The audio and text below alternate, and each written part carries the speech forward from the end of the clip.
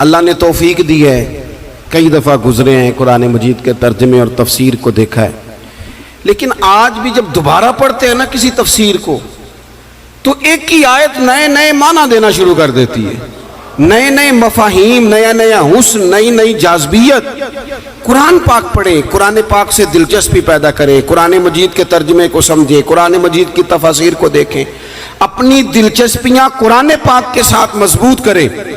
صحابہ کیا کرتے تھے؟ حضرت سیدنا ابو موسیٰ اشعری رضی اللہ تعالیٰ عنہ قرآن مجید بڑا سونا پڑھتے تھے، ہر بندہ ہر کام نہیں نہ کر سکتا۔ حضرت عمر فاروق، علم کا یہ حال ہے کہ حضور فرماتے ہیں میں نے خواب دیکھی ہے، خواب میں دودھ پی رہا تھا اور اتنا دودھ میں نے پیا کہ میرے ناخنوں میں بھی سفیدی آ گئی۔ فرمایا پھر جو بچ گیا میں نے خواب میں عمر کو دے دیا۔ یا رسول اللہ اس کا معنی کیا ہے؟ فرمایا اس کا معنی علم ہے۔ اللہ تعالیٰ نے حضرت عمر کو حضور کے علم کی خیرات عطا کی، اتنے بڑے عالم ہیں، لیکن حضرت عمر بڑے کھلے دل سے کہتے تھے بھئی قرآن ابی بن کعب سونا پڑھتے ہیں، لہذا تراویحاں یہی پڑھائیں گے۔ وہ تراویح کی امامت کرتے تھے۔ ہر بندے میں ہر خوبی نہیں ہوتی، اور کسی کی خوبی کو تسلیم کرنا یہ بہت بڑے انصاف کی بات ہے۔ حضرت ابو موسیٰ اشعری قرآن پاک سونا پڑھتے تھے، تو کبھی ملاقات ہوتی تو حضرت عمر کہتے ابو موسیٰ یار ذرا مجھے میرے رب کی یاد تو دلا دے۔ تو وہ کہتے حضور آپ کو کوئی رب بھولا ہوا ہے؟ فرمایا ذرا یاد تو دلا۔ پھر وہ قرآن پاک پڑھتے، اور جب وہ قرآن پاک پڑھتے تو حضرت عمر روتے۔ قرآن مجید کے ساتھ اپنی دلچسپیاں، اپنا مزاج۔ مفسرین نے لکھا ہے کہ صحابہ جب ایک دوسرے سے ملتے تھے نا تو السلام علیکم کے بعد سورہ عصر کی تلاوت کرتے تھے۔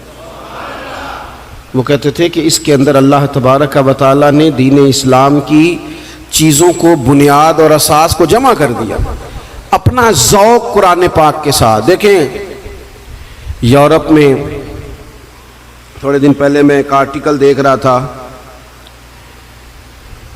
اب لڑکے اور لڑکی کو شادی سے پہلے باقاعدہ کورسز کرائے جاتے ہیں، موٹیویشنل اسپیکر کے پاس لے جایا جاتا ہے، کیونکہ وہاں مزاج ہے اکیلے رہنے کا، تنہا رہنے کا، تو شادیاں زیادہ چلتی نہیں، کسی کو برداشت ہی نہیں کرتے۔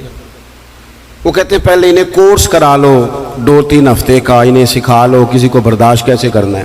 ویسے آج کل ہمارے ہاں بھی برداشت کوئی زیادہ کوئی نہیں، ہمارے بچے بھی جب سے موبائل آیا ہے نا وہ بھی کوئی کونے ڈھونڈتے ہیں۔ چلو بچیاں نوں کیا کھڑا ہے، سیانے بھی آندے نے بھئی نہ ہی کوئی کام دسو سانو، سمجھدار ترین بندے۔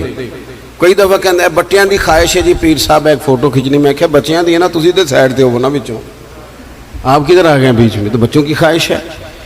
یعنی وہ جو خاص رغبت ہم نے موبائل سے پیدا کر لی تو پھر بندہ تنہائی پسند ہوتا ہے، کسی کے ساتھ وقت نہیں گزار سکتا، مشکلات ہوتی ہیں۔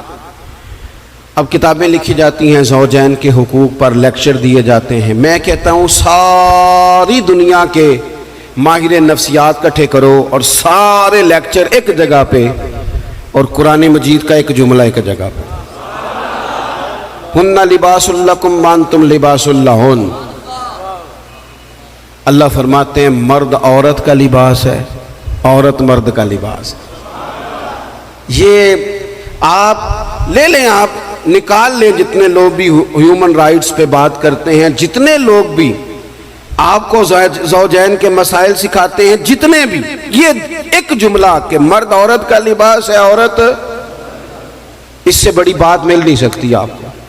3 باتیں مفسرین نے لکھی، زیادہ لکھی ہیں، میں 3 عرض کرتا ہوں۔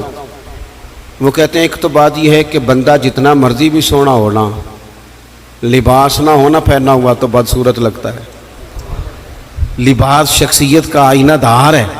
وہی بندہ دیکھیں نا، میں کسی کی بات نہیں کرتا، میں پرسنل ذاتی طور پہ محسوس کرتا ہوں کہ میں ننگے سر بیٹھا ہوں نا، خالی ننگے سر، تو مجھے کئی دفعہ بچے بھی کہہ دیتے ہیں کہ بابا ٹوپی کدھر ہے؟ اور اگر آپ ٹوپی پر امامہ رکھتے ہوں آپ کا اعزاز اور ہے۔ لباس سے انسان حسین ہوتا ہے، بغیر لباس کے نہ مہذب ہوتا ہے، نہ حسین ہوتا ہے، نہ شائستہ ہوتا ہے۔ اللہ نے کہا کہ تنہا تنہا زندگی کیسے گزارو گے؟ مرد عورت کا لباس ہے، عورت مرد کا لباس ہے۔ یہ ازدواجی زندگی تمہیں سجائے گی، تمہارے ہاں اولاد ہوگی، تمہارے رشتے بڑھیں گے، سسرال کے میکے کے رشتوں میں وسعت آئے. پھر دوسری بات مفسرین نے لکھی، مرد عورت کا لباس ہے. عورت آپ کو سردیوں میں بھی لباس کی ضرورت ہوتی ہے اور گرمیوں میں بھی لباس کی ضرورت ہوتی ہے. یعنی اگر آپ شدید گرمی میں بھی باہر نکلیں گے تو کوئی آپ سے کہے گا او کپڑا رکھ لے بھائی سر تے. اس کا مطلب ہے لباس گرمی سے بھی بچاتا ہے اور سردی میں تو پھر ضرورت ہے ہی. تو یہ جو میاں بیوی ہوتے ہیں نا، یہ بھی ایک دوسرے کو دکھوں سکھوں سے بچاتے ہیں. یہ بھی گہرائی میں آپ اتر کے دیکھیں تو یہ ڈھارس بندھاتے ہیں ایک دوسرے کے لیے، یہ آسانی کا باعث بنتے ہیں. اور تیسری بات،